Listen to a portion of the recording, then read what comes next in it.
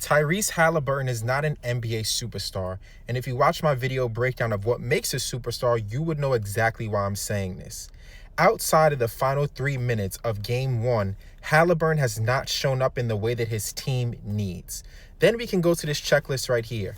Elevated stats in 2 major categories? Absolutely not. On flair, court, and aura and clutchness? 1,000,000% he's there. Worldwide appeal and recognition? No. He was on the Olympic team, but he didn't really play. He's in the NBA Finals, and he's still not getting the headlines or clicks that he may deserve. It's just not enough, though. Then individual or team dominance.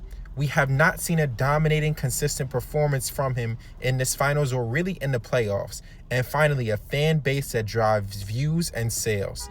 Indiana's a small market, but you can still, within a small market, have a fan base that is dedicated to defending your name at all costs. And I don't think Haliburton has that. So yes, he's an all-star, right? He's a star, but he's not at the superstar level. Because can you imagine if LeBron James, Stephen Curry, or Kevin Durant had games like he had in Game 1 and 2 where they hit the biggest shot, but they didn't put up those consistent numbers? They would be getting killed across sports media. But you're not seeing that with Haliburton. You're seeing people being more understanding and saying, oh, well, that's not the role he plays.